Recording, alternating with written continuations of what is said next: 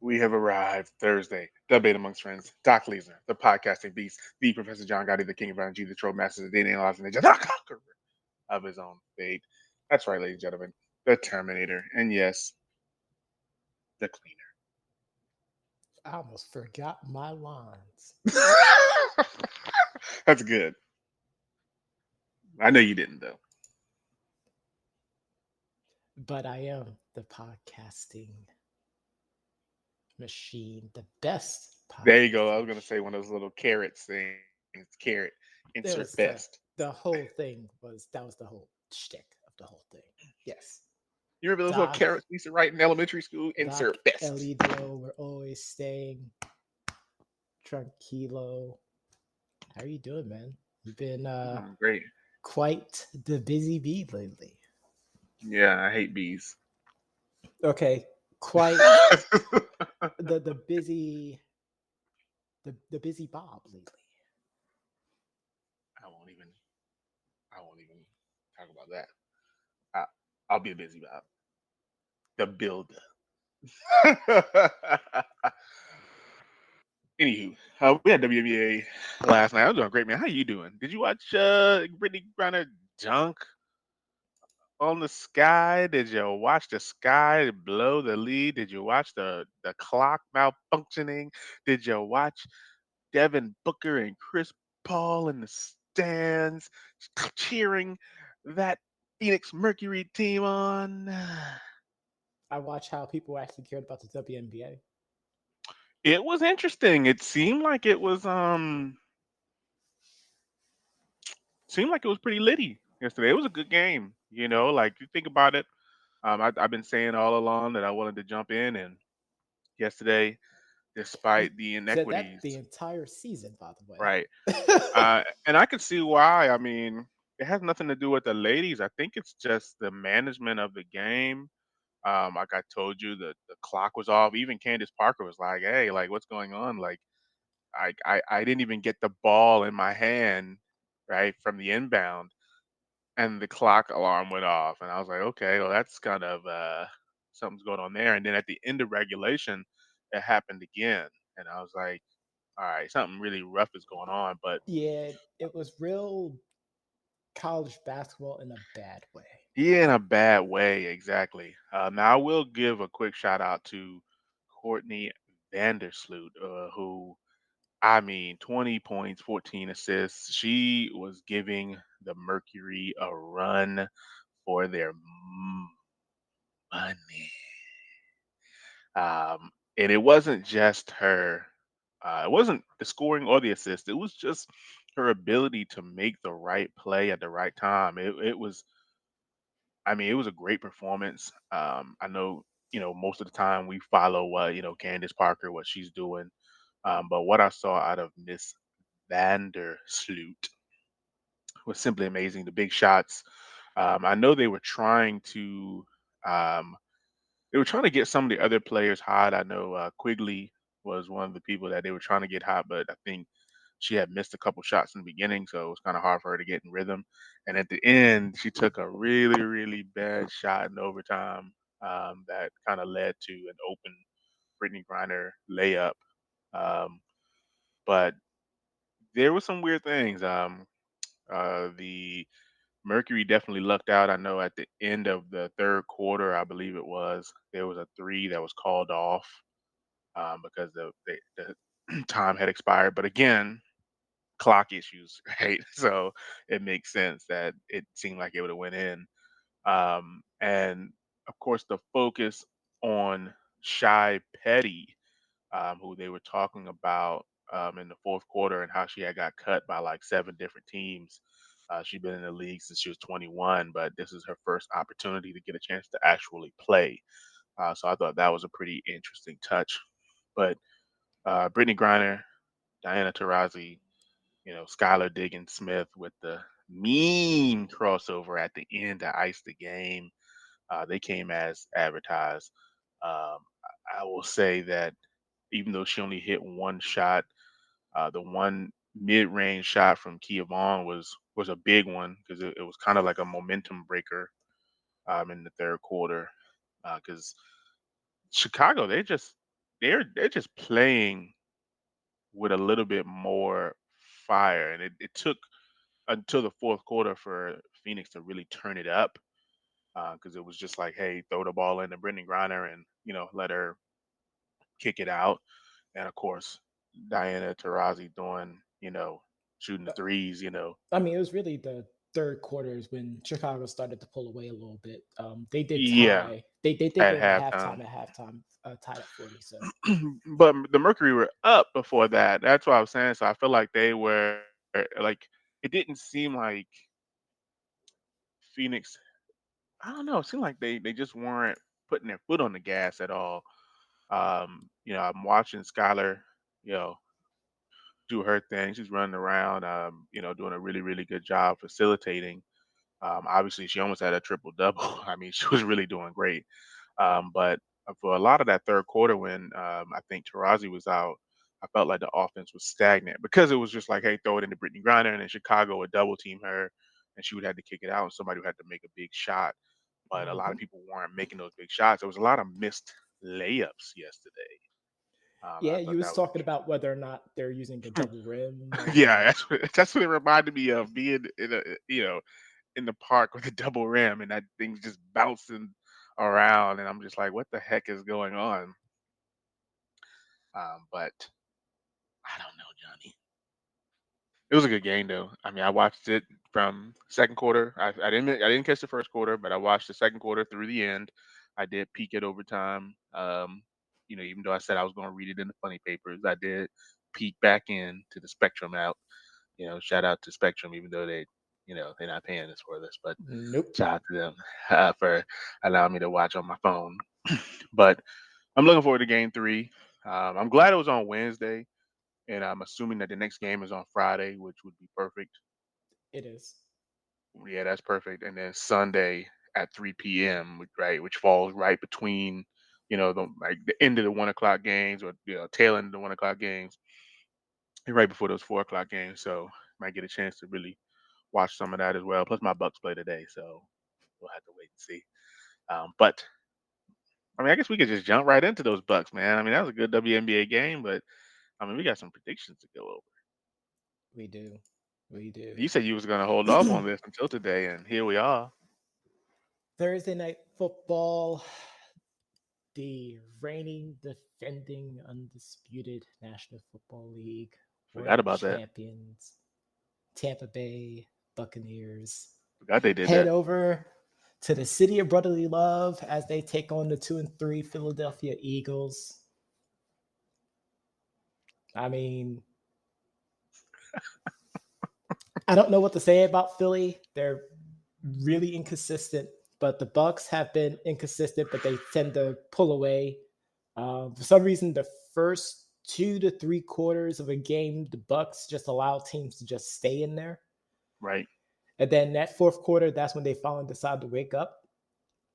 I Yeah. hope they don't do that because that's a Sure. really bad sign if they're playing down to the competition. Right.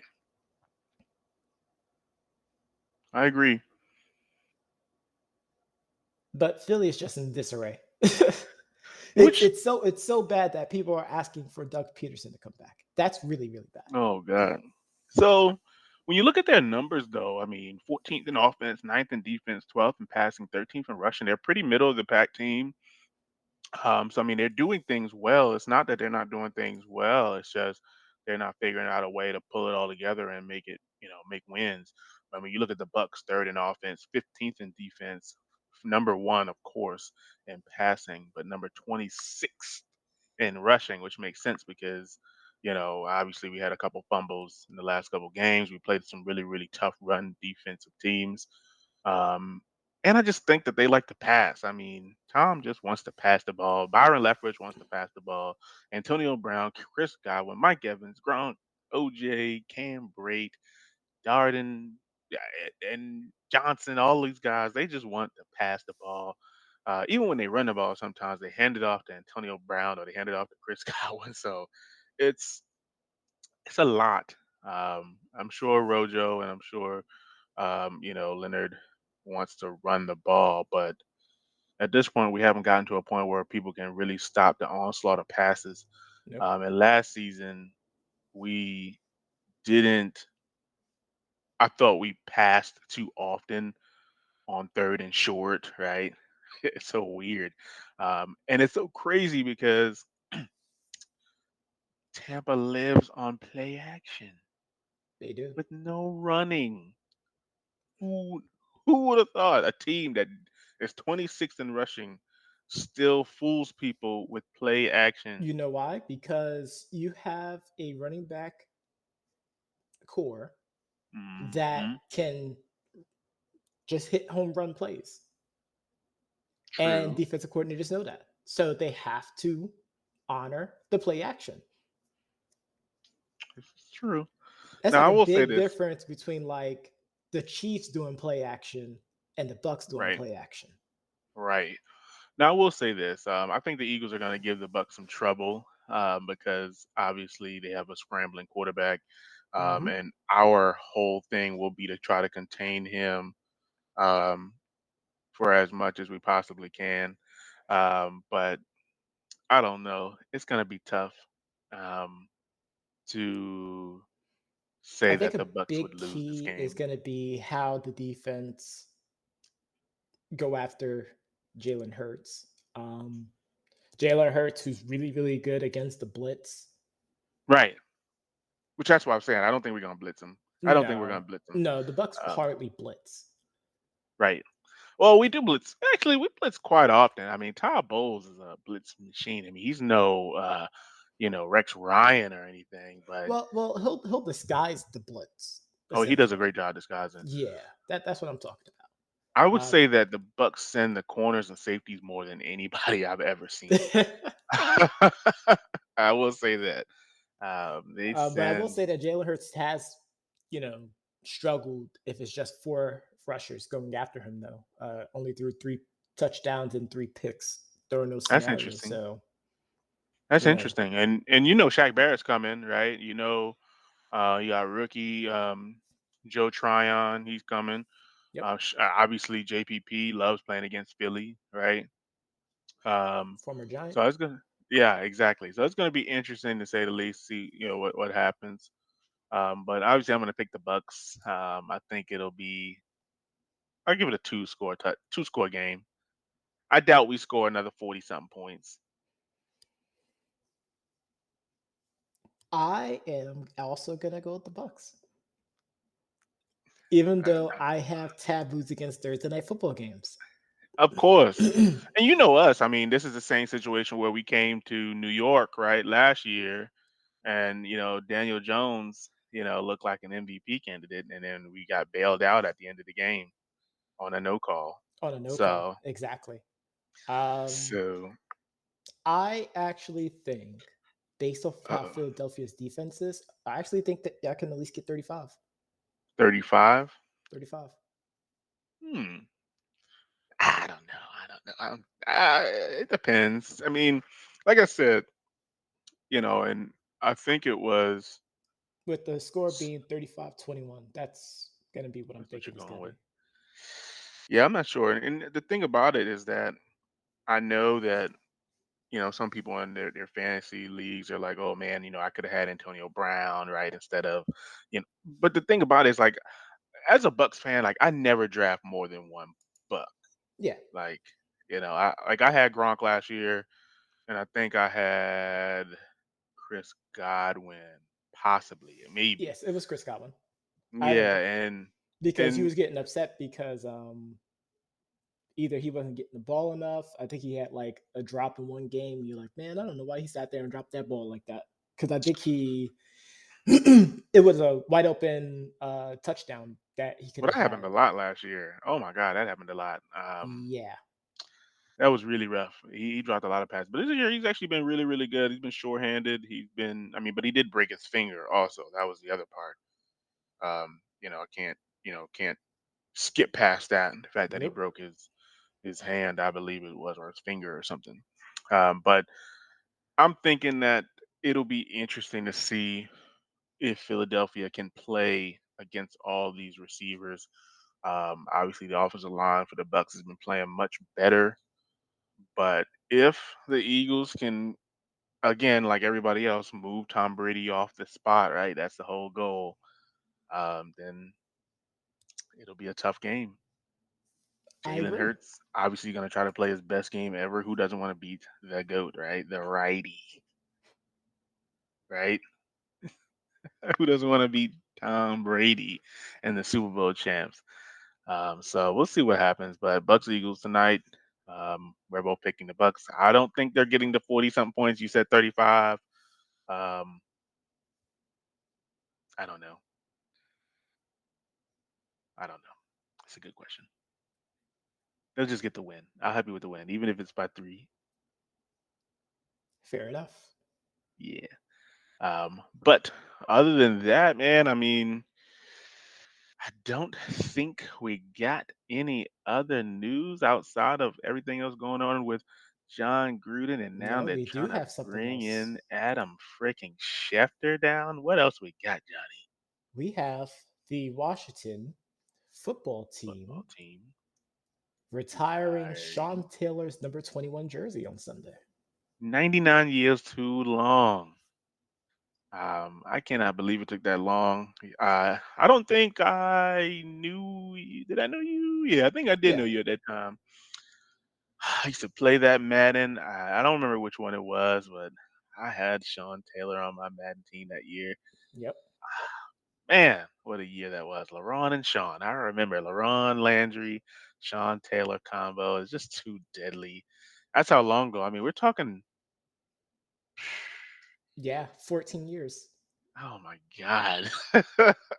14 years to retire this man's jersey. That's so crazy. But I'm wondering if anybody else actually wore his jersey. I can't even remember I don't if know, anyone but else wore it. they're retiring it, so it's not like he's gonna just be in the Ring of Honor. Like no one else is going to be No allowed one to else. wear 21. That's good. That's good. That needs to happen. That should have happened before they even changed their name to the Washington Football Team. Personally, but that goes without saying. But that's some good news and all this crap that we've been dealing with. That's a bright spot on I a figured you like cloudy to NFL. end on a high note instead of a low note. Yeah. Oh God. Thank you, Johnny. Also, Thank you. I guess to bring it down a little bit, Russell Wilson is Oh going to be out 6 to 8 weeks. God. But that's fine because we get a chance to see, what Gino can do, man. Not saying that he's gonna again take over for Russell, but if Gino gets the opportunity, we could see obviously what happened with Teddy Bridgewater, what happened with Jameis. Maybe Gino gets a shot to start somewhere else Poor again. Jameis. Oh yeah, we don't talk about those rumors until we get uh, some actual details with that. 'Cause that kind of came out of nowhere. Jason Hmm. Lockenbora. Let's see what happens, but it's not his fault. I mean, unless it is. He's not throwing 30 interceptions. I can tell you that much. So far, his trajectory has been better. But I'm sure they're going to monitor all the quarterbacks that are on the market and go from there. Doc, are you saying we're back on cap watch? I think. I mean, you saw I sent you that Instagram message yesterday. He said he's still working out. He's still running. He's still throwing. Um, I always thought, hey, a team like the Giants, who, I mean, this is no disrespect, obviously, to Danny Dimes, but you got Mike Glennon as your backup. I'm just not 100% sold, even though he can do it. I thought Mike was good, in Tampa. I didn't think they gave him enough chance to grow. Chicago, obviously, he didn't get a fair shot. Um, but Cap, man, if I'm the Giants, Let me ask you this question do it. then. Do you think it's beneficial given the current climate within the NFL with the good news Oh God. that them bringing Cap back would be a good look for them?